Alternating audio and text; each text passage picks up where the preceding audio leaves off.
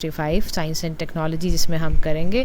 इसमें हम गाइस पूरे के पूरे जितने भी साइंस एंड टेक्नोलॉजी में, साइंस एंड टेक में आपका जितना भी पार्ट करंट अफेयर्स ही आपको पता है ज़्यादातर आता है, तो हम सारा कोशिश कर रहे हैं कवर करने की। तो आज हम ना चैप्टर 3 के मोस्ट ऑफ द टॉपिक्स को ख़त्म करेंगे।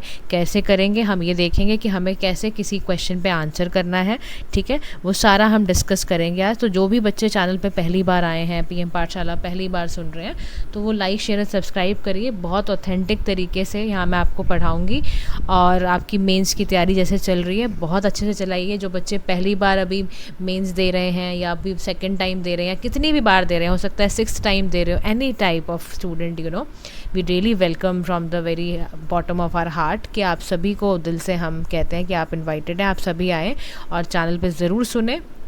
किसी भी तरह की मदद की आपको ज़रूरत है अपने पढ़ाई से related, definitely will help you out. और आंसर राइटिंग के लिए अब हम पहला टॉपिक उठा रहे हैं, space sector at a glance हम करेंगे। इंडिया का स्पेस सागा के बारे में बात समझते हैं। देखो, इंडिया का स्पेस सेक्टर में क्या कंट्रीब्यूशन है, भारत की इकॉनमी को कैसे कंट्रीब्यूट कर रहा है, इंडिया के स्पेस प्रोग्राम के बारे में क्वेश्चन आपको किसी भी फॉर्म में पूछा जा सकता है। क्योंकि पिछले दिनों ने बहुत ज़्यादा स्पेस इकॉनमी का वैल्यूएशन वगैरह हुआ, वो कितना ग्लोबल स्पेस मार्केट में है, वो सारी बातें आपको पता होनी चाहिए। इंडिया का जो स्पेस सागा है ना, देखो जो इसकी इकॉनमी है वो $8.4 बिलियन की है, यानी कि 2% ग्लोबल स्पेस मार्केट में भारत का भी पार्ट है। अगर बात करें इसका जीडीपी पे कंट्रीब्यूशन, तो आप मानो लास्ट डिकेड से 20,000 करोड़ जीडीपी पे कंट्रीब्यूट कर रहे हैं। और यकीन मानो स्पेस ही आपको 96,000 जॉब्स भी दे रहा है लाके। सोचो आप कितना बड़ा कंट्रीब्यूशन है। अब कहता है भारत के हिसाब से सिग्निफिकेंस क्या है इंडिया के स्पेस प्रोग्राम में, वो समझते हैं। तो इंडिया के स्पेस प्रोग्राम में सबसे बड़ा कंट्रीब्यूशन भारत का है नेशनल सिक्योरिटी थ्रू, और इससे सिग्निफिकेंस कितना ज़्यादा फ़ायदा हो रहा है वो बता रहा है कि कोशिश कर रहा है कि national security through self reliance, ठीक है। एग्जाम्पल के तौर पर जैसे आपका नेविक है, नेविगेशन विद इंडियन कॉन्स्टलेशन, जो इंडिया का क्या है, रीजनल नेविगेशन सिस्टम है। फिर नेक्स्ट पार्ट क्या है, सोशो इकोनॉमिक बेनिफिट देता है ये, लैंड डिजिटाइजेशन देता है। एग्जाम्पल के तौर पे जो आपकी स्वामित्व स्कीम है उसमें क्या यूज़ किया जाता है, लैंड को ट्रांसपेरेंट ढंग से रिकॉर्ड करने के लिए सैटेलाइट्स का इस्तेमाल किया जाता है। वो भी स्पेस से ही आप देखो लैंड रिकॉर्ड अच्छे हो रहे हैं, आपका रीजनल नेविगेशन सिस्टम सुधर रहा है, आप स्पेस डिप्लोमेसी में कहीं आ रहे हो। साउथ एशिया के जितने भी सैटेलाइट प्रोजेक्ट का जिक्र ज़रूर करना कि नासा है, इसरो है, निसार जो आपका बहुत छप रहा था आजकल न्यूज़ में भी, अपार्चर रडार मिशन वो यूज़ कर रहे हैं। साइंटिफिक रिसर्च की माने तो चंद्रयान 3 ने बहुत अच्छा काम किया है, उसमें भी जो इंस्ट्रूमेंट लगे विक्रम एंड प्रज्ञान, तो आपकी साइंटिफिक रिसर्च अच्छी हो जाती है। आपका जो स्पेस सिचुएशनल अवेयरनेस है, जैसे इसरो ने इसार असेसमेंट निकाला था, तो पता चला जी डेब्रिस फ्री मिशन भी चलाया जा सकता है, जिससे वहाँ का स्पेस के जितना कूड़ा भर गया उसको दूर करा जाए।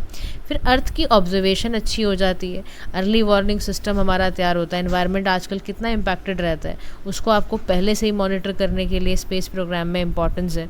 तो भारत के लिए स्पेस प्रोग्राम बहुत ज़्यादा इम्पॉर्टेंस रखता है। फिर सवाल ये पूछता है, इसरो कैसे अचीव कर रहा है इतनी सारी अचीवमेंट, इतने कम रिसोर्सेज के बाद भी। सवाल आ सकता है ना आपका कि भाई इसरो की क्या अचीवमेंट है, तो आप बताना कम रिसोर्सेज में भी इसरो बहुत कुछ अचीव कर रहा है। कह रहा कैसे, कह रहे हमारे पास विजनरी लीडर्स हैं।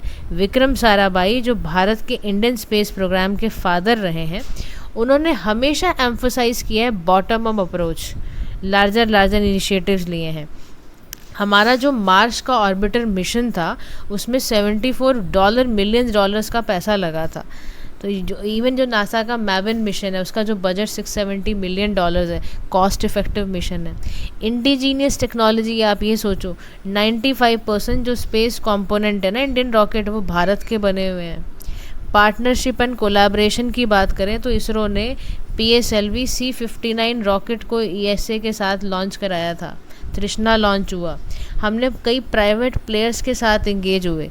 तो दे आर मोर देन 500 से ज़्यादा कंपनीज़ हैं जो पार्टनर कर रही हैं इसरो के साथ for providing material, mechanical fabrication, electronic fabrication, ये सब दे रहे हैं। आप सोचो कितना काम कर रहा है इसरो, चाहे वो कॉस्ट इफ़ेक्टिव तरीके से कर रहा है या हम अपने देश में इतने सारे रॉकेट्स वगैरह बना रहे हैं। हम रॉकेट्स के साथ साथ सैटेलाइट्स बना रहे हैं। हम कोशिश कर रहे हैं ऐसी कंपनीज़ के साथ भी जिसमें हम इलेक्ट्रॉनिक फैब्रिकेशन वगैरह कर पाएँ। लेकिन फिर भी कुछ चैलेंजेस तो परसिस्ट कर ही रहे हैं, उनका भी जिक्र ज़रूर करना है या पता होना चाहिए आपको वाइल राइटिंग और इंडिया का स्पेस प्रोग्राम के बारे में अगर आप लिखोगे। तो आप बताना, आज भी हमारे देश में डिपेंडेंस जो इंपोर्ट्स पे है ना वो बहुत ज़्यादा है। भारत आज भी सेमीकंडक्टर्स, कार्बन फाइबर के लिए बाहर की इकोनॉमीज़ पे बहुत डिपेंडेंट है, बाहर से ही हम इंपोर्ट करवाते हैं। फिर हमारा जो कमर्शियल कंपटीशन बहुत बढ़ गया है, जो ग्लोबल स्पेस इंडस्ट्री है वो बहुत कमर्शलाइज हो गई है। प्राइवेट कंपनीज़ बहुत सारी आ रही हैं, तो कमर्शियल कंपटीशन बहुत बढ़ गया है इस फील्ड में। उसके बाद स्टैंडर्ड क्वालिटी बहुत इनकंसिस्टेंट है। डोमेस्टिकली प्रोड्यूस कंपोनेंट पे ट्रस्ट नहीं है ज़्यादा, क्योंकि वो स्टैंडर्ड को मेंटेन नहीं कर पाती है। इंफ्रास्ट्रक्चर की बात करें तो बहुत बड़े बड़े एडवांस टेस्टिंग वगैरह नहीं है जो प्राइवेट कंपनी जिसको एक्सेसिबल कर पाएँ। फिर हमारे पास ना इतनी वर्कफोर्स नहीं है अभी। हम जितना मर्जी स्पेस प्रोग्राम को बढ़ाएं, लेकिन बढ़ाने के लिए हमें लोग चाहिए होंगे, वो लोग नहीं है हमारे पास। तो एक सवाल बना हुआ है कि कैसे करेंगे हम।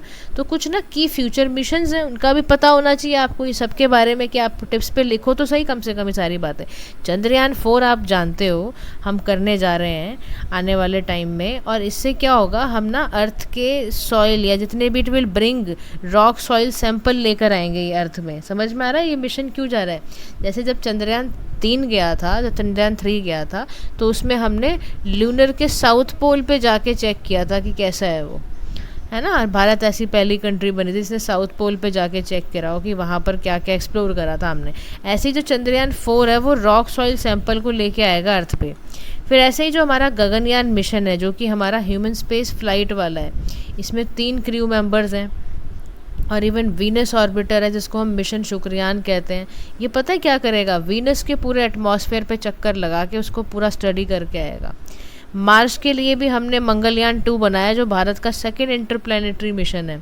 ऐसे ही हम चाहते हैं 2028 से 35 तक भारत अंतरिक्ष स्टेशन भी बनाना, ताकि हम वहाँ पर 400 किलोमीटर तक अबव अर्थ बनाएंगे, जहाँ पर हमारे 15 से 20 दिन एस्ट्रोनॉट्स वहाँ पर रहा करेंगे। समझ में आ रहा है क्या बनाएंगे हम?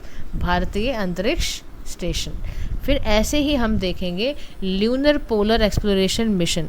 इन्होंने जाक्सा के साथ कोलैबोरेट करा है ताकि ये मून के जो साउथ पोल रीजन है ना उसको एक्सप्लोर कर पाएँ। उसके लिए ये मिशन बेसिकली लाया गया है। नेक्स्ट हमारा टॉपिक है अब privatisation in India space sector at a glance. यानी हम यहाँ पर बात करने जा रहे हैं, प्राइवेटाइजेशन हुआ है। किस में प्राइवेटाइजेशन हुआ है? इंडियन स्पेस सेक्टर में प्राइवेटाइजेशन हुआ है। अब प्राइवेटाइजेशन से इंडिया के स्पेस सेक्टर पर क्या क्या चीज़ें प्रमोट हुई, किन किन चीज़ों की ज़रूरत है और कैसे प्रमोट किया जा सकता है, वो सारे बात पे डिस्कस करते हैं। अगर प्राइवेटाइजेशन इंडियन स्पेस सेक्टर का हो रहा है, देखो ओवर द नेक्स्ट 5 ईयर बोला जा रहा है कि बहुत ज़बरदस्त तरीके से कंपाउंड एनुअल ग्रोथ 48% पर ये बढ़ेगा और 50% बिलियन इसका वैल्यूएशन होगा। तो भारत का शेयर ना हम ग्लोबल कमर्शियल स्पेस इकॉनमी में चाहते हैं कि 2030 तक, अभी 2% है ना, हम इसको 10% कर देना चाहते हैं बाय 2030। ये ज़रूर लिख देना। इसीलिए हम प्राइवेटाइजेशन कर रहे हैं इंडियन स्पेस सेक्टर में, क्योंकि हमारा शेयर बढ़ाने के लिए। अब क्या ज़रूरत पड़ी थी प्राइवेट सेक्टर को इंडियन स्पेस सेक्टर में लाने की? क्योंकि हम अपनी इंपोर्ट की डिपेंडेंसी को कम कर देना चाहते हैं। इंडिया का जो इंपोर्ट है स्पेस टेक्नोलॉजी सेक्टर में वो 12 टाइम ज़्यादा है। हम एक्सपोर्ट कम करते हैं, अर्न कम करते हैं, और पैसा हमारा इतना ज़्यादा बाहर खर्च होता है। आप बात को समझ रहे हो? तो ये एक बात है। नेक्स्ट हमारी बात है freeing up the ISRO from ancillary activities.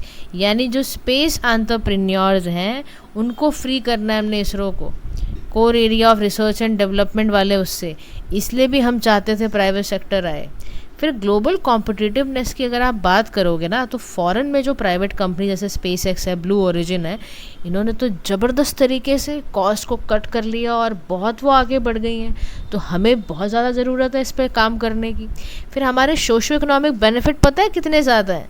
अगर आप इनोवेटिव सोल्यूशंस कुछ चीज़ों के निकाल लो ना, जैसे एग्रीकल्चर है, डिज़ास्टर मैनेजमेंट है, कम्युनिकेशन है, कितने लोगों को जॉब मिलेगी इससे। इसलिए भी भारत सरकार का ये ध्यान था कि स्पेस सेक्टर में प्राइवेट ऑर्गेनाइजेशंस भी ज्वाइन करें। तो उसके लिए हमने क्या किया, कुछ तो भारत सरकार ने इनिशिएटिव भी लिए होंगे ना, तभी तो प्राइवेट सेक्टर इतना आएगा। तो पहली बात आई इन स्पेस, ये हमारा एक ऑटोनॉमस एजेंसी है जो डिपार्टमेंट ऑफ स्पेस के अंडर आता है, जिससे क्या हो पाए, हमारा प्राइवेट सेक्टर इनकरेज हो पाए स्पेस में। फिर हमने क्या करा, 1000 करोड़ का हमने वेंचर कैपिटल फंड भी खोला। क्या खोला है हमने? 1000 करोड़ का हमने क्या करा है, आपका venture capital fund for space sector को लगाया है। फिर ऐसे ही न्यू स्पेस इंडिया लिमिटेड है, शेड्यूल कैटेगरी 1 है, 2019 में सेटअप किया गया था ताकि कमर्शियल एक्टिविटीज़ को हम इसरो की हैंडल कर पाएँ। और इसके बाद इंडियन स्पेस पॉलिसी है, जिससे हम end to end participation non government entities का कर पाएँ। फिर फॉरेन डायरेक्ट इन्वेस्टमेंट की बात रही, तो प्राइवेट सेक्टर में 100% का FDI भी भारत सरकार ने बोला कि जो भी मैन्युफैक्चरिंग कंपोनेंट है, सैटेलाइट है, ग्राउंड सेगमेंट है, उसके लिए भी 100% की FDI सरकार ने कर दी, ताकि ज़्यादा से ज़्यादा प्राइवेट सेक्टर इन्वॉल्व हो। लेकिन क्या चैलेंजेस भी हैं प्राइवेटाइजेशन स्पेस को करने का? बहुत चैलेंजेस हैं। सबसे बड़ा चैलेंज है मल्टीप्लिसिटी ऑफ रेगुलेशंस। अप्रूवल चाहिए होंगी डिपार्टमेंट ऑफ स्पेस, इसरो की, अंतरिक्ष कॉरपोरेशन की, तो प्राइवेटाइजेशन पहले ही आपने रोक दिया क्योंकि रेगुलेशंस इतनी है। फिर रिस्की नेचर इंडस्ट्री का, आपने मान लो स्टार्टअप वगैरह खोलने शुरू कर दिए, कस्टमाइज्ड इंश्योरेंस की बड़ी प्रॉब्लम है यहाँ पर आपको रिस्की नेचर है, ये कस्टमाइज इंश्योरेंस वगैरह का बड़ा प्रॉब्लम रहता है। अब आप इस शब्द को ही सबसे पहले समझो कि कस्टमाइज इंश्योरेंस क्या होता है। तो देखो, कस्टमाइज इंश्योरेंस का मतलब, जैसे ना आपको बहुत सारे ये मिलते हैं, ये पॉलिसीज़ होती हैं, ये कस्टम इंश्योरेंस पॉलिसीज़ होती हैं। ये तो कस्टम में एक तो claim on the basis of actual custom duty वगैरह के अकॉर्डिंग किया जाता है। तो कस्टमाइजेशन इंश्योरेंस का मतलब होता है कि क्लाइंट के पास कवरेज पूरा ऑप्शन होता है, डायरेक्ट उसके लाइफस्टाइल, इंडिविजुअल नीड्स के अकॉर्डिंग उसको इंश्योरेंस दिया जा रहा होता है। तो वो है नहीं यहाँ पर। फिर limited access to launch facilities, आपके पास इंफ्रास्ट्रक्चर की दिक्कत है, एक्सेस जो हो भी रहा है वो कंट्रोल बहुत सारी इसरो या उसको बहुत चैलेंजेस रहते हैं प्राइवेट के प्लेयर्स के लिए। लिमिटेड एक्सेस मिलेगा क्योंकि ज़्यादातर इसरो ही संभाल रहा होगा। फिर टेक्नोलॉजिकल कॉम्पिटेंस की बात करें तो हमारे पास डेवलप करने के लिए जो cutting edge space and technology expertise है, बहुत महंगी है। महंगी प्लस टाइम बहुत लेती है, टाइम टेकिंग बहुत ज़्यादा है। तो ये सारी प्रॉब्लम है। फिर वे फॉरवर्ड में बात की जाए तो क्या करें ऐसा? तो पहला काम करने को बोल रहा है कि मैपिंग कर दी जाए करंट वैल्यू चेन ऑफ सब सेगमेंट की, यानी हम टेक्नोलॉजीज़ को आइडेंटिफाई करें, बिज़नेस को देखें, ट्रेंड्स देखें कि मार्केट क्रिएशन में कितनी प्रॉब्लम्स आ रही हैं। कॉम्प्रिहेंसिव स्पेस एक्ट के बारे में देखें, यानी एक लीगल फ्रेमवर्क क्लियर कट बनाएं, क्या ऑब्लिगेशन है, प्राइवेट सेक्टर का कितना पार्टिसिपेशन है। एम्फेसाइज हमारा ज़्यादातर क्या हो, टेक्नोलॉजी पर, फिनेंस सेक्टर पर हो, है ना, ताकि हम स्पेस टेक कंपनीज़ को देख पाएँ। फिनेंशियल इंसेंटिव कितने हैं, रिसर्च एंड डेवलपमेंट कितनी लगेगी। स्पेस इंश्योरेंस रेगुलेटरी इस्टेब्लिश करना बहुत ज़्यादा ज़रूरी है, क्योंकि अगर इंश्योरेंस मार्केट रिजिलियंट हुई ना इंडियन स्पेस के लिए, तो वो इनोवेशन भी आराम से करेंगे। उनको फिनेंशियल मिटिगेटिंग, उनको रिस्क वगैरह को भी उनको पता होगा कैसे कितनी काउंटर हो पाएगी। इससे डोमेस्टिक स्पेस इंडस्ट्री आपकी सुधरेगी, उसको सपोर्ट मिलेगा। तो ये काम आपको करने बहुत ज़रूरी है। When ever the question is ask about कि प्राइवेटाइजेशन के कर तो लेंगे लेकिन उससे और इम्प्रूवमेंट रहे, तो ये सारे पॉइंट आपको ज़रूर ऐड करने हैं कि हमें अपनी करंट वैल्यू चेन को मैप अप करना है। हमने जो हमारे बेंचमार्क ग्लोबली चल रहे हैं उसको हमें डिफाइन करना है, हमें वैसे ही फॉलो करना है। जो भी टेक्नोलॉजी का चैलेंज आए उसको आइडेंटिफाई करना है। ये हो गया mapping of current value chain. Second में आप बताना कॉम्प्रिहेंसिव हमें स्पेस एक्ट भी चाहिए, बहुत ज़रूरी है, ताकि कौन से एथिकल इश्यूज़ हैं, कौन लोग पार्टिसिपेट करेंगे, वो सारी डिटेल्स इसके अंदर आ जाएं। बात समझ में आ गई। नेक्स्ट हमारा आज का टॉपिक है गाइस, एग्जाम 4 मिशन के बारे में हम बात करने जा रहे हैं। न्यूज़ में क्यों था? क्योंकि एग्जाम जो 4 मिशन है ना, इसमें इंडियन एस्ट्रोनॉट ने एक ग्रुप कैप्टन रहे हमारे शुभांशु शुक्ला जी, आपने अभी सुना भी होगा। जुलाई 15 के अकॉर्डिंग ये रिटर्न हुए हैं 3 अदर एस्ट्रोनॉट्स के साथ। एग्जाम 4 मिशन इन्होंने कैरी करा था। एग्जाम 4 मिशन है क्या? देखो, भारत का ये चौथा प्राइवेट एस्ट्रोनॉट मिशन है जो इंटरनेशनल स्पेस स्टेशन द्वारा किया गया था। Private US company exam collaborate करके नासा और स्पेसएक्स के द्वारा किया गया है ये। अच्छा, इसमें ना हमने क्या करा, इसके की फीचर्स क्या थे? To realise the return human space flight for India, Poland and Hungary, इसलिए किया गया था। ये हर नेशन का पहला मिशन टू द आईएसएस रहा है इन हिस्ट्री। हर नेशन को पहली बारी स्पॉन्सर करना था। अब कुछ रिसर्च है जो एग्जीक्यूट की गई बाय इसरो। तो क्रॉप की ग्रोथ, यानी कि आपको ये ग्रेविटी, माइक्रो ग्रेविटी के इम्पैक्ट को स्टडी करना है। 6 क्रॉप सीड वेराइटी को देखना है। साइनोबैक्टीरिया यानी ग्रोथ एक्टिविटी वगैरह को देखना है। अब ये क्या है? एक्वेटिक बैक्टीरिया जो कि फोटोसिंथेसाइज कर सकता है, उसको साइनोबैक्टीरिया कहते हैं। कंपेयर करना है मेटाबॉलिक जेनेटिक एक्टिविटी, उसको देखना है। मसल लॉस कितना स्टडी हुआ है, स्केलेटल मसल डिसफंक्शन, उसके बारे में देखना है। टार्डिग्रेड्स का मतलब क्या है कि रिवाइवल इन्वेस्टिगेट करना है, सर्वाइवल देखना है, रिप्रोडक्शन देखना है। ये सारा आप लिखोगे कि इसरो ने ये सब चीज़ें वहाँ पर करी। क्रॉप ग्रोथ, ये सब कुछ आपको रिसर्च करने का मौका मिलता है। भारत के लिए मिशन इसलिए बहुत ज़्यादा ज़रूरी था क्योंकि हमारा ध्यान गगनयान मिशन को डेवलप करना है और उसमें हम चाहते थे वैल्यूएबल इनपुट मिल जाए, मेडिकल ट्रेनिंग की, साइकोलॉजिकल कौन सी प्रिपरेशन करनी है। तो जो ग्रुप कैप्टन शुभांशु शुक्ला थे या उनके साथ जो 4 एस्ट्रोनॉट थे, उन्हीं को सेलेक्ट भी किया गया है गगनयान मिशन के लिए। तो उनकी पहले ट्रेनिंग होगी ना, medical training, psychological preparation, crew ground कैसे कोऑर्डिनेशन करना होगा, इसलिए भेजना बहुत ज़रूरी था क्योंकि हमें अपने गगनयान मिशन को आगे से आगे पहुंचाना है। फिर नेक्स्ट था development of India space ecosystem, यानी इंडिया की जो स्पेस इंडस्ट्री है वो भी ज़्यादा से ज़्यादा डेवलप हो पाए। फिर नेक्स्ट है हमारा नेशनल प्राइड एंड इंस्पिरेशन, कि जितने भी इंडियन एस्ट्रोनॉट्स हैं स्पेस में वो हमारे अपने करियर्स को परस्यू कर पाएँ, science, technology, engineering, mathematics and all. Next हमारा है गगनयान प्रोग्राम। ये भारत का ह्यूमन स्पेस फ्लाइट मिशन है जो 2018 में गाइस अप्रूव किया गया था। ज़रूर इस बारी सवाल मुझे ऐसा लग रहा है कि आ सकता है यहाँ से, तो आपको गगनयान प्रोग्राम के बारे में भी ये डिटेल ज़रूर लिखनी है कि इसमें ह्यूमन स्पेस फ्लाइट को डिमॉन्स्ट्रेट किया गया था, जिसमें 3 क्रू मेंबर्स हैं। 3 दिन का मिशन है, सेफली अर्थ पर भी आ गए थे। लियो सिस्टम यहाँ गया था। लॉन्च व्हीकल इसमें फर्स्ट स्टेज, सेकंड स्टेज बताई हुई है कि पहले सॉलिड होता है, सेकंड स्टेज में लिक्विड होता है, थर्ड स्टेज में क्रायोजेनिक इंजन जो हमारे इंडिजीनियस है वो होता है, ऑर्बिटल्स होते हैं। लेकिन भारत के लिए यहाँ बता रहा है कि ऑब्स्टेकल्स क्या है जब भारत मैन्ड स्पेस मिशंस के बारे में लॉन्च करने की सोचता है। सबसे बड़ा ऑब्स्टेकल है हमारा जो दिक्कत कर रहा है वो है टेक्नोलॉजिकल, यानी हमारे यहाँ लाइफ सपोर्ट सिस्टम जैसे एयर रीजनरेशन है, टेम्परेचर कंट्रोल है, वेस्ट रिसाइकलिंग है, फूड स्टोरेज की, ये इसके लिए हमारे पास टेक्नोलॉजी नहीं है। नेक्स्ट है कि बियॉन्ड लो अर्थ ऑर्बिट जो कॉस्मिक रेडिएशन है, सोलर पार्टिकल इवेंट्स हैं, वो बहुत ही ज़्यादा सीरियस हेल्थ रिस्क को पोज कर रहे हैं। स्पेसक्राफ्ट री एंट्री की बात करें, थर्मल प्रोटेक्शन की बात करें तो उसमें भी दिक्कत कर रहा है। लॉन्च व्हीकल रिलायबिलिटी की बात करें तो ह्यूमन रेटेड रॉकेट्स हैं, उसके लिए कहा है कि स्ट्रिक्टर स्टैंडर्ड्स की बहुत ज़्यादा ज़रूरत है। और लॉजिस्टिकली बोले तो बहुत ज़्यादा कॉस्ट भी लगती है due to requirement of robust ecosystem. Training and selection चाहिए एस्ट्रोनॉट्स का। तो एडिशनली लॉन्ग टर्म मिशन में ये स्पेस इंड्यूस साइकोलॉजिकल इशू बहुत सारे रेस कर रहेगा। तो लॉजिस्टिकल दिक्कत है, टेक्नोलॉजी की प्रॉब्लम है। तो कह रहा है ऐसे में भारत को करना क्या चाहिए? तो कह रहा है फॉर इंडिया हम जैसे एग्जाम 4 मिशन में कोलैबोरेशन करा, नॉट ओनली हमें सिर्फ अपनी टेक्नोलॉजिकल लर्निंग को एक्सलरेट नहीं करना है, आप बताना अहेड ऑफ इट्स हमें अपने गगनयान मिशन को प्रपोज करना चाहिए। हमें ये भी बिल्ड करना चाहिए कि हमारी ह्यूमन कैपिटल बिल्ड हो, हमारा इंफ्रास्ट्रक्चर अच्छा हो, तब जाके हम लॉन्ग ड्यूरेशन फ्यूचर में स्पेस फ्लाइट में अपना झंडा लहरा पाएंगे। ठीक है, तो ये बात आपको ज़रूर वहाँ पर मेंशन अपने आंसर में करनी है। नेक्स्ट हमारा टॉपिक है भारतीय अंतरिक्ष स्टेशन के बारे में, जिसमें हम BAS के बारे में पढ़ने जा रहे हैं। न्यूज़ में क्यों था? क्योंकि यूनियन कैबिनेट ने अप्रूव कर दिया है building of first unit of भारतीय अंतरिक्ष स्टेशन।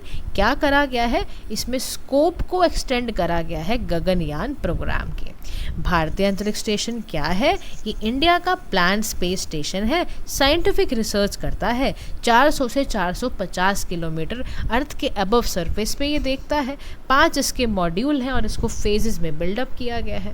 अच्छा, जो फर्स्ट मॉड्यूल है ना, बेस मॉड्यूल, उसको 2028 में लॉन्च किया गया था और ये 2035 में जाके आपका ऑपरेशनलाइज होगा। करंट स्टेटस देखें तो भारतीय अंतरिक्ष स्टेशन के बारे में भी हम पढ़ ही रहे थे ना, ये भी बिल्कुल कॉन्सेप्चुअलाइज फेज में। इसका आर्किटेक्चर, नंबर ऑफ टाइप कैसे बनेगा, सब अभी स्टडी किया जा रहा है। तो अपकमिंग भी आप देखोगे, गेटवे एक्सॉम स्टेशन जैसे नासा का बिल्डअप है या एक्सॉम है, मिशन है, ये सब पहला कमर्शियल स्पेस स्टेशन थे वर्ल्ड के।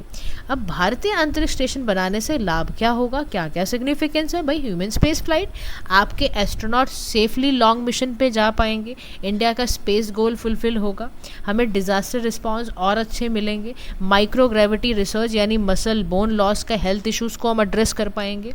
हमारे ही देश में जब ये स्टार्टअप्स खुलेंगे, छोटे छोटे स्पेस टेक्स खुलेंगे, तो जॉब्स भी तो मिलेंगी। जो जॉब्स की अभी प्रॉब्लम है, तो जॉब्स खुलनी शुरू होंगी। टेक्नोलॉजिकली एडवांस मटेरियल, एल्गोरिदम वगैरह डाइवर्स इंडस्ट्रीज़ में मदद करेगा। अब चैलेंजेस क्या है इंडियन स्पेस स्टेशन से रिगार्डिंग? तो सबसे बड़ा चैलेंज है हमारे यहाँ रिसर्च एंड डेवलपमेंट के लिए बजट बहुत ज़्यादा कम है, क्योंकि हमारी फंडिंग सिर्फ 0.7% है हमारी जीडीपी की। तो ना हम स्केल अप कर पाते हैं, ना एक्सपेरिमेंट कर पाते हैं। फिर जो टेक्नोलॉजी है, हमें बहुत नई टेक्नोलॉजी की ज़रूरत है। जियो पॉलिटिक्स कॉम्पिटिशन इतना है कि हम मेजर स्पेस पावर में आ ही नहीं पाते हैं। एस्ट्रोनॉट की हेल्थ की बात की जाए तो नासा ने ऑब्जर्व करा है कि जब भी ये जाते हैं तो 1% से 1.5% पर मंथ माइक्रोग्रेविटी में वेट में बेरिंग बोन लॉस देखने को मिलता है। तो एस्ट्रोनॉट की हेल्थ की भी बात है। तो वे अहेड में बोला जा रहा है कि फंडिंग करो, यानी परस्यू करो इंटरनेशनल अपनी इन्वेस्टमेंट और प्राइवेट इन्वेस्टमेंट दोनों लानी पड़ेंगी। साथ ही में अगर आप सच में चाहते हो कि हमारा ये मिशन भारतीय स्पेस स्टेशन वाला सक्सेसफुल हो, तो हमें इसरो को लाइफ सपोर्ट अपग्रेड करना चाहिए। रेडिएशन शील्डिंग मेंटेनेंस पे बहुत ध्यान देना होगा, ताकि जाने में उनका वेट लॉस, ये सब चीज़ों को देखना पड़ेगा। फिर सस्टेनेबिलिटी, मेंटेनेंस, रीसप्लाई, जियो पॉलिटिक्स की चीज़ों को हमें एड्रेस करना पड़ेगा। हमें यूएस और रशिया के स्पेस स्टेशन से सीखना चाहिए कि वो कैसे कॉस्ट को लो करते हैं। तो कंक्लूजन में आप लिखना कि भारत का ये बहुत बोल्ड स्टेप है भारतीय अंतरिक्ष स्टेशन को इस्टेब्लिश करना, और ये हमें स्पेस फेयरिंग नेशन में गिनवाएगा आगे चलकर। अपना स्पेस स्टेशन होने का मतलब है कि आप साइंटिफिकली भी एडवांस हो, टेक्नोलॉजिकली भी एडवांस हो, और आपके स्ट्रेटेजिक जो प्रेजेंस है लो अर्थ ऑर्बिट में वो भी स्ट्रेंथन हो रही है। तो इसके बारे में साथ साथ आपको इंटरनेशनल स्पेस स्टेशन पता होना चाहिए कि लार्ज स्पेस स्टेशन जैसे 1998 में असेंबल किया गया था, 2000 में ऑपरेशनलाइज हो गया था ये। इसमें बहुत सारे हैं, यूएस का है, नासा है, रॉसकॉस्मॉस है, रशिया का।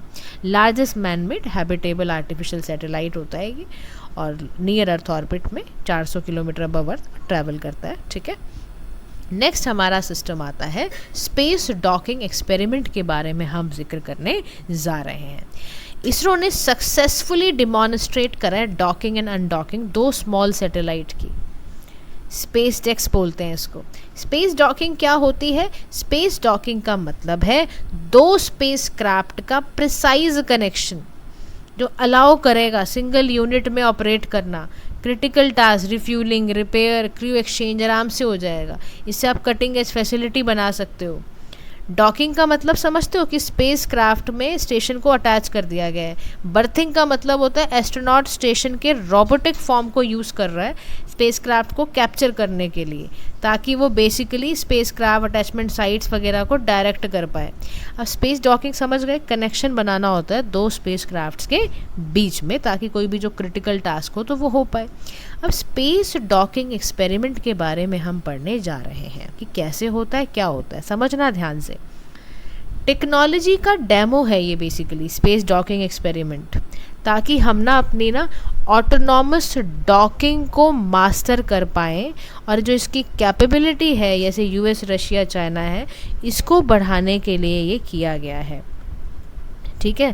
तो अब ध्यान से समझना स्पेस डॉकिंग सिस्टम में कैसे कैसे किया जाता है, या ये कैसा एक्सपेरिमेंट है ये बेसिकली। देखो ये ना बहुत ही सिग्निफिकेंट टेक्नोलॉजिकल डिमॉन्स्ट्रेशन है, सक्सेसफुली इसको इसरो करता है। ये पहला इन ऑर्बिट डॉकिंग सिस्टम हमारा जनवरी 2025 में हुआ था, ये 2025 में हुआ है ये अभी। और इससे भारत 4th नेशन बन गए मास्टर कॉम्प्लेक्स इस जगह ऐसी पोजीशन को संभालने वाला।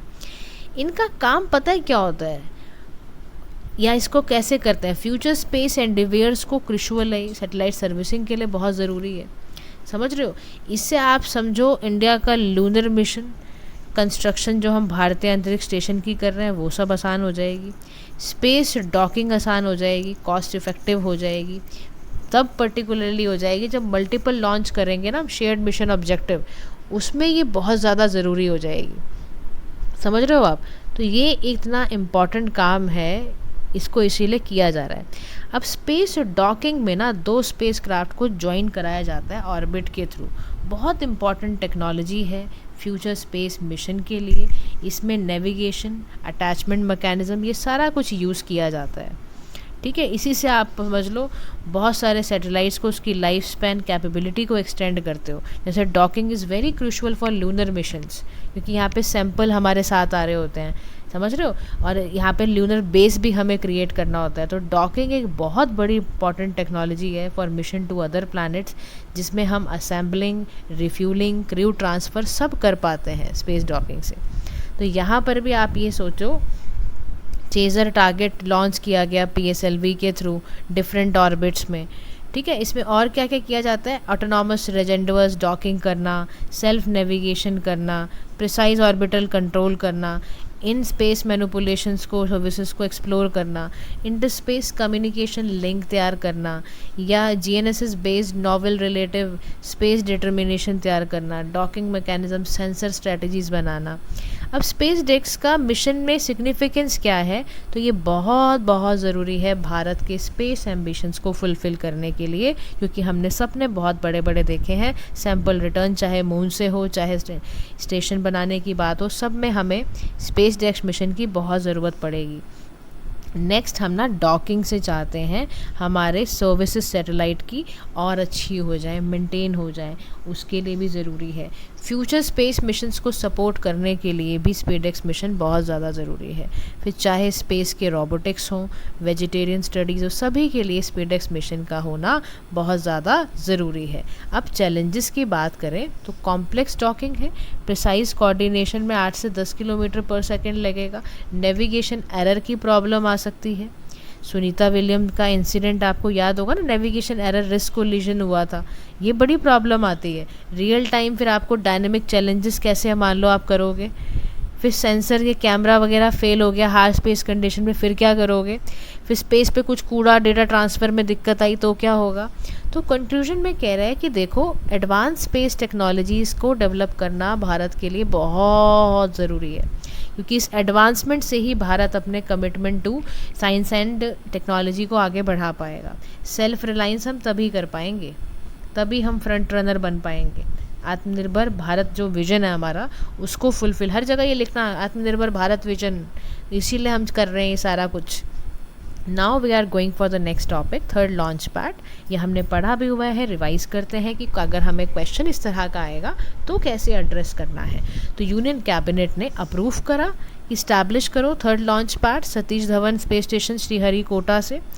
अब ये करा क्या, इसमें आपको नेक्स्ट जनरेशन लॉन्च व्हीकल वगैरह बनाया गया है, सेमी क्रायोजेनिक स्टेज पे ये सब करा गया। To be establish within 4 years, उसको बोला गया कि हम 4 साल में बना लेंगे।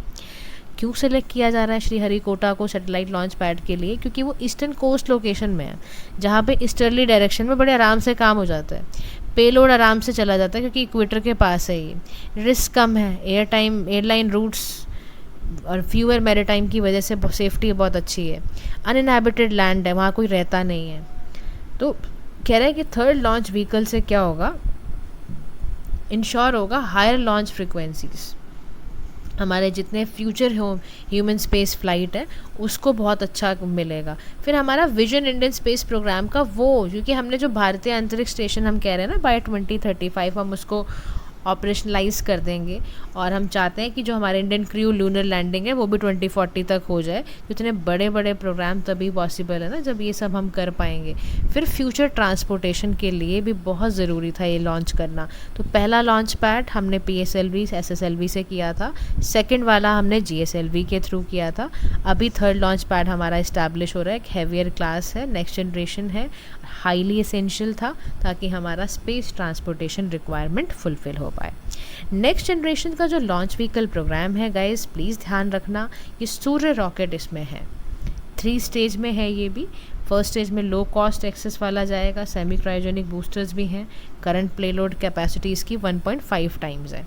इसरो के और भी लॉन्च व्हीकल्स हैं, PSLV GSLV SSLV MV LVM-3, ये सारे आपको पता होने चाहिए कि जो PSLV है वो सॉलिड टू लिक्विड चलता है, GSLV 3 स्टेज में चलता है, क्रायोजेनिक थर्ड स्टेज होती है, SSLV में लाइट वेलोसिटी वाला ट्रिमिंग मॉड्यूल होता है, स्मॉल सैटेलाइट्स होती हैं, ठीक है। GSLV LVM-3 में क्या होता है, क्रायोजेनिक अपर स्टेज में होता है, सॉलिड स्ट्रैप ऑन होता है और लिक्विड कोर होता है। तो ये भी आपको पता होना चाहिए कि इनके कंपोनेंट्स में क्या क्या है। Now we are moving and going to study about कि अगर कोई स्क्रैमजेट इंजन यानी कि इंजन टेक्नोलॉजी जो स्पेस सेक्टर में यूज़ होती है उसके बारे में अगर कोई क्वेश्चन आ गया तो how you are going to address that. देखो सबसे tough GS3 paper science and tech का होता है, बट वो क्वेश्चन सारे यकीन मानो 1-1.5 साल के करंट अफेयर्स से ही आते हैं, which we are doing right now, ठीक है। स्क्रैमजेट इंजन का मतलब है न्यूज़ में क्यों रहा, क्योंकि जो DRDL है ना, यानी कि defence research and development laboratory, इसने बहुत ही सक्सेसफुल तरीके से 120 सेकेंड ग्राउंड टेस्ट कंडक्ट किया और एक्टिव कूल स्क्रैमजेट कंबस्टर है, पहली बार भारत में इसको यूज़ करा जा रहा है। स्क्रैमजेट जो इंजन होता है ना, ये सुपरसोनिक कंबस्टिंग इंजन को यूज़ करता है। रैमजेट इंजन का इम्प्रूवमेंट के बाद इसको बनाया गया था क्योंकि इसमें हाइपरसोनिक स्पीड अच्छे से ऑपरेट होती है ना, और इसका जो असिस्टेड टेक ऑफ है वो अच्छे से हो जाता है, इसकी स्पीड जहाँ पे थ्रस्ट की ज़रूरत होती है वो भी ये करता है। अब ये काम कैसे करता है ये हमें समझना है। देखो व्हीकल में सबसे पहली बात तो वो सुपरसोनिक स्पीड यानी कि अबव मैक 3 पे चलना हुआ होना चाहिए। इनकमिंग एयर इसकी इतनी कंप्रेस्ड हो, तभी कोई हाई वेलोसिटी का एयरक्राफ्ट हो तो वो हाईली कंप्रेस्ड होनी चाहिए। कंबशन में इसमें फ्यूल हाइड्रोजन वगैरह लगाया जाता है, फिर इसको इग्नाइट कर दिया जाता है, फिर एक्सपेंशन की जाती है इसमें, वही थर्ड लॉ लगता है, जैसे हॉट गैसेस को आप एक्सपेंड करोगे ना वो थ्रस्ट बढ़ेगा और हाइपरसोनिक स्पीड से वो भागेगा। तो इनलेट बॉडी इसकी ये है, इसका फ्यूल इंजेक्शन है, ये नोजल है इसकी, ये सुपरसोनिक एग्जॉस्ट है, कैसे उड़ेगा, कंबशन है, सुपरसोनिक कंप्रेशन है। जब भी स्क्रैमजेट डेवलपमेंट की बात आए ध्यान रखना ये बहुत ज़्यादा फ्यूल खाता है, बहुत कॉस्ट लगती है इसको, पैसा बहुत लगता है, इसकी ऑपरेशनल स्पीड में बड़ा इशू आता है, ऑप्टिमल टेम्परेचर मेंटेन करना पड़ता है, मटेरियल्स एक्सट्रीम टेम्परेचर लगते हैं इसमें। डिस्पाइट टेक्नोलॉजिकल चैलेंजेस स्क्रैमजेट लेकिन फिर भी अच्छा है, क्यों, डिफेंस एंड स्पेस के पर्सपेक्टिव से स्पेस का एक्सेस कॉस्ट कम हो जाता है। लेकिन कह रहा है इस पर ऐसे मत टिको आप, रिसर्च एंड इनोवेशन पे फिर भी आपको ध्यान देना है, तब जाके आप इसकी लिमिटेशंस को दूर कर पाओगे और फुल पोटेंशियल के साथ इसको यूज़ कर पाओगे। Now the next one is हम क्रायोजेनिक इंजन के बारे में पढ़ने जा रहे हैं, C-20 क्रायोजेनिक इंजन। इसरो का है, ये भी पास हुआ, क्रिटिकल सी लेवल टेस्ट हुआ, ब्रेक थ्रू है प्रोपल्जन टेक्नोलॉजी में। इसको डेवलप करता है liquid propulsion system centre Valiamala, Kerala में इसको डेवलप करा गया। कैसे हुआ, जैसे ही आपका चंद्रयान 2 चंद्रयान 3 आया था ना, तो उसी में आपका इसको भी डिमॉन्स्ट्रेट इसकी कैपेबिलिटी हुई और ये 2 कमर्शियल OneWeb मिशन के थ्रू ये आया। इसमें फ्यूल पंप है, टरबाइन रन करता है, ऑक्सीडाइजर पंप है, इसको समझते हैं कैसे करता है, अभी इसके डायग्राम के साथ समझते हैं अभी। तो जो क्रायोजेनिक इंजन है लास्ट स्टेज है रॉकेट की, जिसमें क्रायोजेनिक फ्यूल, ऑक्सीडाइजर, लिक्विफाइड और लो टेम्परेचर में इसको यूज़ किया जाता है। समझते हैं ये कैसे होता है। देखो इसका वर्किंग प्रिंसिपल क्या है, इसकी थ्रस्ट प्रोड्यूस कब होती है, जब इसमें प्रेशर का डिफरेंस आता है। जैसे हमने देखा था ना स्क्रैमजेट इंजन में थर्ड का लॉ लगता है न्यूटन का, है ना, there is always an equal and opposite reaction. इसमें क्या होता है, प्रेशर डिफरेंस से थ्रस्ट प्रोड्यूस होती है, तो इसमें फ्यूल, ऑक्सीडाइजर वगैरह डाला जाता है, स्टोर किया जाता है बहुत ही एक्सट्रीमली लो टेम्परेचर में। लिक्विड हाइड्रोजन भी इसका -253 सेल्सियस में फ्यूल की तरह यूज़ होता है। अब इसके एडवांटेज क्या है क्रायोजेनिक इंजन के, तो भाई ये मैक्सिमम एनर्जी प्रोड्यूस करता है, इसका वाटर वेपर बड़ा लाइट वेट का होता है, तो हाई परफॉर्मेंस देता है ये। इससे फ्यूल एफिशिएंसी बहुत है, इकोनॉमिकली फ्रेंडली टेक्नोलॉजी है ये, क्योंकि हाइड्रोजन ऑक्सीजन कंबस्शन से तो इमिट खाली स्ट्रीम ही तो निकलेगा। हैवी उसके लिए बहुत अच्छा है ये, हैवी पेलोड और गगनयान मिशन जैसे मिशन के लिए क्रायोजेनिक इंजन सबसे अच्छा है। लेकिन कॉम्प्लेक्स सिस्टम है, टेम्परेचर बहुत लो चाहिए, थर्मल स्ट्रक्चरल इश्यूज़ हैं, क्रैक का दिक्कत है, कहीं स्टॉपेज हो जाए, नोजल डिस्टॉर्शन हो जाए तो आपको पता ही नहीं चलेगा।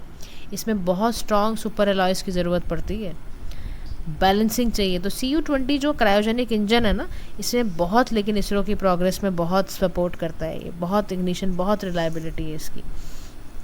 Next is Aditya L1। Aditya L1 basically solar flare coronal है। आदित्य नाम से ही हमें पता है ये L1 कैप्चर क्या करता है, पहली इमेज बताई थी इसने सोलर फ्लेयर कार्नल की। ठीक है, अब समझते हैं ये कैसे लाया है। आदित्य L1 पहला भारत का स्पेस मिशन है जो हमारे सन की स्टडी के लिए यूज़ किया जाएगा। यानी किसको स्टडी करेगा, सूर्य के बारे में स्टडी करेगा। इसका ऑब्जेक्टिव क्या है, सन के कोरोना को स्टडी करना, सोलर एमिशन को पढ़ना, सोलर विंड एंड फ्लेयर्स को पढ़ना, कोरोनल मास इजेक्शंस को पढ़ना। पेलोड की बात की जाए तो इसमें विजिबल इमिशन लाइन कोरोनाग्राफ है। इसको इंसर्ट किया जाता है हालो ऑर्बिट में, जो इसमें लागरंगे पॉइंट है या ग्रेविटेशनल पुल है दो लार्ज बॉडीज़ का, इसको इक्वल करा जाता है नेसेसरी सेंट्रीपिटल फोर्स में। फिर इसमें 2 ग्रेविटेशनल सिस्टम्स को लिया जाता है, 5 इसमें लागरंगे पॉइंट होते हैं, L1 L2 L3 L, तो out of these L4 L5 ही खाली स्टेबल होते हैं, ध्यान रखना। L1 L2 L3 स्टेबल नहीं होते हैं, ध्यान रखना इस बात को। हालो ऑर्बिट क्या है, ये 3 डायमेंशनल ऑर्बिट होती है ये। जैसे आप एक इमोजी यूज़ नहीं करते हो तो वहाँ पर एक हालो इफेक्ट होता है, ऐसे ही इसमें होता है, ग्रेविटेशनल पुल होता है ये 2 प्लानिटरी बॉडीज और सेंट्रीफ्यूगल फोर्स की वजह से आता है ये। Earth moon orbiting satellite system होता है, तो मेनली ये L1 L2 L3 से लिंक्ड होता है। अब प्लेस करना क्यों ज़रूरी था Aditya L1 in hello orbit, क्योंकि इससे आपको मिशन का लाइफ टाइम 5 ईयर्स है, फ्यूल कंजम्पशन कम लगेगा और आप अनऑब्स्ट्रक्टेड व्यू सन का देख पाओगे लगातार। दूसरे भी कुछ सोलर मिशंस हैं, पार्कर सोलर प्रोब है, लॉन्च 2018 में किया गया था इसको। अदर और कुछ सोलर मिशंस हैं, ऑब्जर्वेटरीज़ हैं। अब सन का या सोलर मिशन का फ़ायदा क्या है, फॉरकास्ट करना, स्पेस वेदर को, सोलर रेडिएशंस को पढ़ना, कॉस्मिक ऑब्जेक्ट्स को अंडरस्टैंड करना, सोलर मैक्सिमम जो बेसिकली पॉसिबल है इसकी विंडो फॉर फिजिक्स, ताकि वो लॉन्च कर पाएँ, ऑब्जर्व कर पाएँ। And this is precisely why there has been a spike in the mission, ताकि वो स्टार को ऑब्जर्व कर पाएँ। Next topic is about guys, आपका हम डिस्कस करने जा रहे हैं हाइपर स्पेक्ट्रल इमेजिंग सैटेलाइट के बारे में।